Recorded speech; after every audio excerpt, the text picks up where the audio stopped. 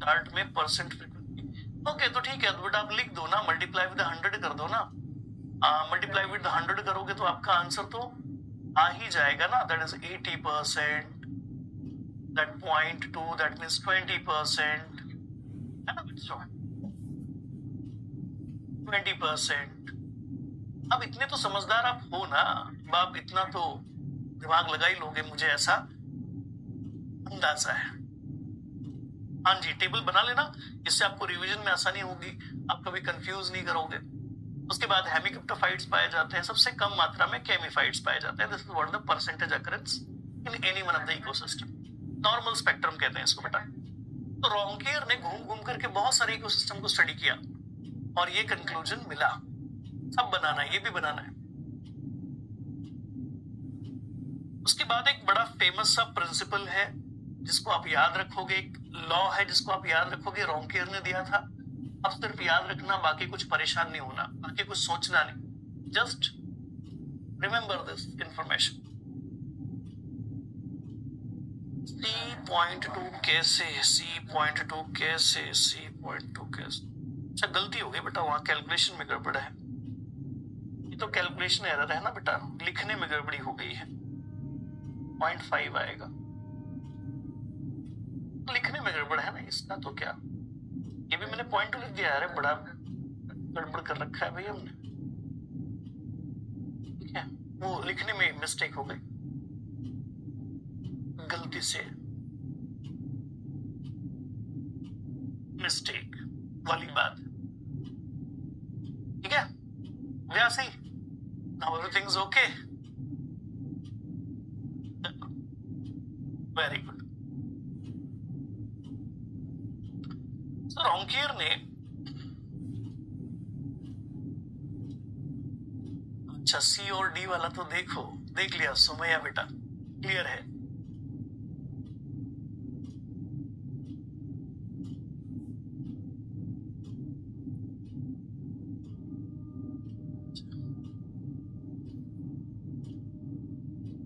जल्दबाजी में गड़बड़ी हो रही है सब, 50% आएगा ना एक बार। मुझे पानी वानी पीना पड़ेगा, होश में आ जाओ जरा मैं। ओके रुक जाओ जरा 1 मिनट।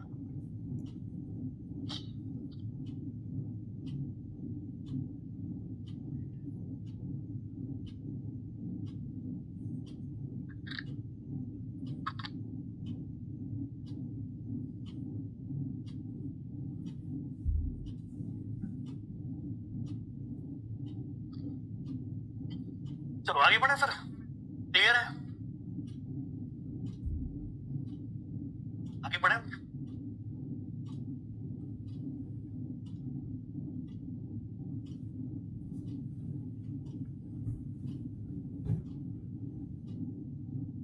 तो ये फ्रीक्वेंसी की जो बात है, परसेंटेज अकरेंस की जो बात है, वो याद रखिए। और अब बढ़ते हैं आगे फटाफट, थोड़ा सा स्पीड बढ़ाओ बेटा, नहीं तो सेशन अधूरा रहेगा। रोंकेयर का जो भी लॉ ऑफ फ्रीक्वेंसी है, वेजिटेशंस की स्टडी करने के बाद जो भी दिया है उन्होंने जानकारी, वो कुछ इस प्रकार से है, ये आपको ध्यान रखना है। अब इनका ये जो कहने का तरीका है वो एग्जैक्टली क्या है, वो नीचे यहाँ टेबल में दे रखा है। Raunkiaer frequency classification of plant community क्या देखने को मिलती है कि अगर एक्सपेक्टेड परसेंटेज ऑफ अकरेंस किसी कम्युनिटी के अंदर क्या आती है, 53% के आसपास आती है, 53% के आसपास एक्सपेक्टेड टोटल अकरेंस, तो ऐसे पर्टिकुलर स्पीशीज के लिए, species with frequency range in a percent, ध्यान रखिएगा यहां पर कुछ जानकारी दे रखी है। This is what the expected total occurrence in a community and this is what the species with frequency range in a percentage. Range दे रखा है 1 से 2% रेंज में अगर देखने को मिले तो उसे क्लास ए कहते हैं बेटा, उसे क्लास ए कहते हैं, ठीक है, क्लास ए। ऐसे ही अगर 21 से लेकर के 40 का रेंज हो फ्रीक्वेंसी का तो उसको क्लास बी कहते हैं। तो पहले आप हाफ टेबल देखो, हाफ टेबल, पहले आप हाफ टेबल देखो, यहां तक ये वाला कॉलम, ये वाला कॉलम। तो रॉन्कियर ने बना रखे हैं frequency classes, frequency class A, frequency class B, frequency class C, frequency class D, frequency class E. तो एक इसको कहा जाएगा जब किसी पर्टिकुलर स्पीशीज की फ्रीक्वेंसी इस रेंज में होगी, ठीक है, तो उसको क्लास ए कहा जाएगा। फिर species with a frequency that is 21 to 40, इसको बी कहा जाएगा। 41 to 60 इसको सी कहा जाएगा। 61 to 80 इसको डी कहा जाएगा और ई कहा जाएगा। ये है फ्रीक्वेंसी क्लासेस किसके? रॉन्कियर के।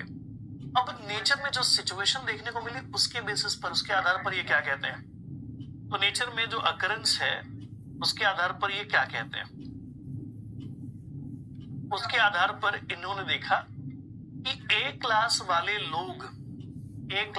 लोग ज्यादा मिलते हैं। मतलब ऐसी स्पीशीज जिनकी फ्रीक्वेंसी कम ऐसी स्पीशीज ज्यादा पाई जाती है। मतलब ऐसी कोई स्पीशीज होगी जो बहुत कम फ्रीक्वेंसी में है, कोई एक स्पीशीज ऐसी है, फिर ऐसी कोई दूसरी स्पीशीज है, तीसरी स्पीशीज है, चौथी स्पीशीज है, पांचवी स्पीशीज है। किसी भी कम्युनिटी के अंदर ऐसी स्पीशीज जिनकी फ्रीक्वेंसी इस रेंज में होती है या जिनको क्लास ए भी कहा जाता है, ऐसे स्पीशीज किसी नॉर्मल नेचुरल कम्युनिटी में सबसे ज्यादा होते हैं। इसलिए कहते हैं कि ए क्लास के लोग सबसे ज्यादा होंगे, बी क्लास वाले फिर थोड़े से कम होंगे, सी वाले उससे कम होंगे, और सी और डी हो सकता है इक्वल हो या कम हो या ज्यादा हो, ई वाले उसके बाद फिर सबसे ज्यादा होंगे। अब इसको समझने में थोड़ा सा मुश्किल आता है। एक्सक्लूसिव क्लास है ना,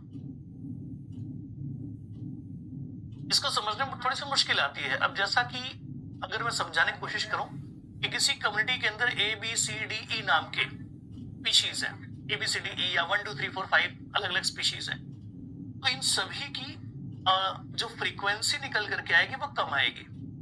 कम फ्रीक्वेंसी वाले प्लांट स्पीशीज ज्यादा देखे जाते हैं किसी इकोसिस्टम के अंदर या किसी कम्युनिटी के अंदर, ठीक है। ये कहता है, ये पूरा का पूरा लॉ या रूल। उससे थोड़े से कम मिलते हैं फिर बी फ्रीक्वेंसी वाले, मतलब जिनकी फ्रीक्वेंसी इस रेंज में निकल करके आती है, और फिर सी और डी कम और ज्यादा या इक्वल हो सकते हैं, और फिर ई उनसे ज्यादा होते हैं, ई उनसे ज्यादा रहेंगे। ऐसी एक थोड़ी सी जानकारी देने की कोशिश की गई है और कुछ नहीं। इससे ज्यादा मैं इसके ऊपर समय भी नहीं लूंगा। ध्यान रखें, नहीं तो फिर एटलीस्ट एग्जाम तक के लिए इतनी जानकारी को रट ले, और अगर कोई क्वेश्चन में आता है कि what is a law of frequency given by Raunkiaer, तो ये बात ध्यान रखना। That's it. केवल जूम कर दीजिए।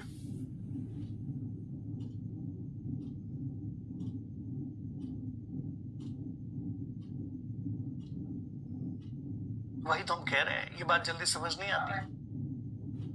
कम फ्रीक्वेंसी वाले लोग ज्यादा होते हैं, मतलब फ्रीक्वेंसी कम तो अकरन ज्यादा कैसे? यही तो बात है, यही तो बात समझ नहीं आती है, नहीं समझ में आती। चलो अब कुछ ना कुछ तो समझाना तो पड़ेगा, नहीं तो फिर आप लोग परेशान हो जाओ।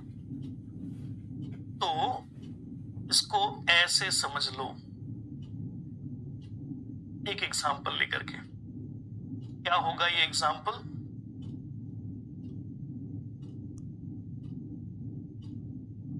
एग्जाम्पल लेकर के समझाना पड़ेगा, बाकी कुछ नहीं है। ये सब समझ में आ सकती है। तो हमने कैलकुलेट की कितनी स्पीशीज? 1 2 3 4 5 6 7 8 9 10 स्पीशीज, ठीक है। इसके बाद फिर हमने कैलकुलेट की 11 12 13 14 15 16 स्पीशीज। फिर हमने स्टडी की 17 18 19 20,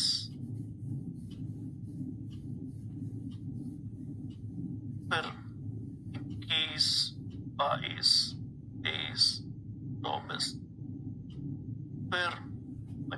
25, 10, 22, 22, 29 ऐसी स्पीशीज। ठीक है, यहां पर मान लीजिए हम 31 भी लिख दे रहे हैं, 32 भी लिख दे रहे हैं, ऐसी स्थिति ताकि डिफरेंशिएट किया जा सके। तो अब हुआ ये कि इस वाली स्पीशीज की फ्रीक्वेंसी क्या आ गई 10, इसकी क्या आ गई 10, इसकी क्या आ गई 10। ये परसेंटेज अकरेंस है बेटा, परसेंटेज फ्रीक्वेंसी है। इन सभी की क्या आ गई 10, इन सभी की आ गई 10, इन सभी की आ गई 10, इन सभी की आ गई 10, ये भी आ गई 10। ये परसेंटेज अकरेंस उन सभी की। ठीक है, उसके बाद इनकी फ्रीक्वेंसी जो आई कैलकुलेट करने के बाद इनकी फ्रीक्वेंसी आई कैसे आई, हमने जब नंबर ऑफ सैंपल्स लिए तो हर सैंपल में इनकी अकरेंस क्या है वही देख रहे तो हम लोग।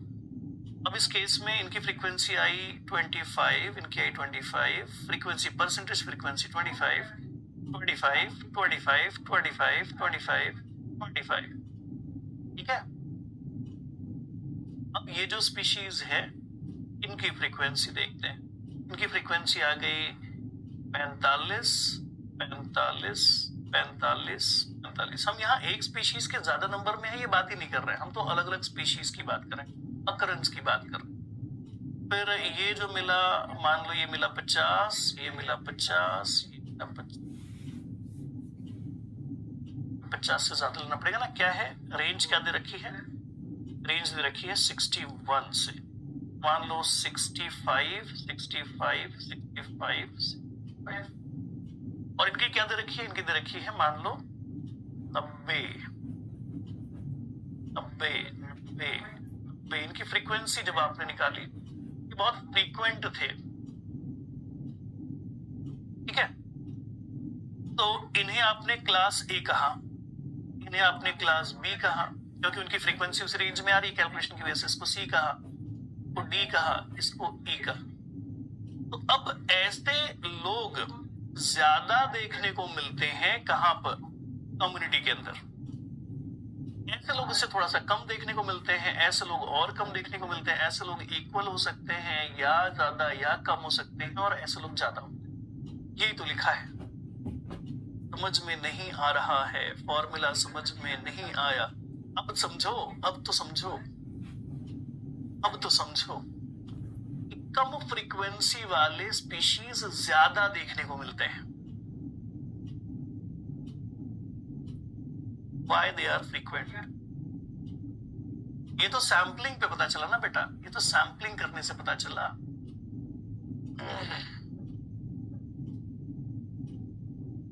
ओके, कल्पना जी और बाकी सारे बच्चे जिनको नहीं समझा मत समझो। आपको कोई थोड़ी बोलेगा कि सर हमको एग्जाम में थियरी में लिख करके बताओ, आपको तो सीएसआर एग्जाम देना है। वो थोड़ी सी एक छोटी सी लाइन याद रखें, बात खत्म। अब जिसको समझ में आए अच्छी बात है, जिसको नहीं समझ में आए अच्छी बात है, मतलब दोनों के लिए अच्छी बात है। मैंने एग्जाम्पल देकर के समझाने की भी कोशिश की है, उससे समझ में आ जाए तो अच्छा, नहीं है तो भी अच्छा। ठीक है, चलो ये तो बस ऐसे ही समझाने के लिए था, बाकी ऐसा कुछ एग्जाम में नहीं आता। Now moving towards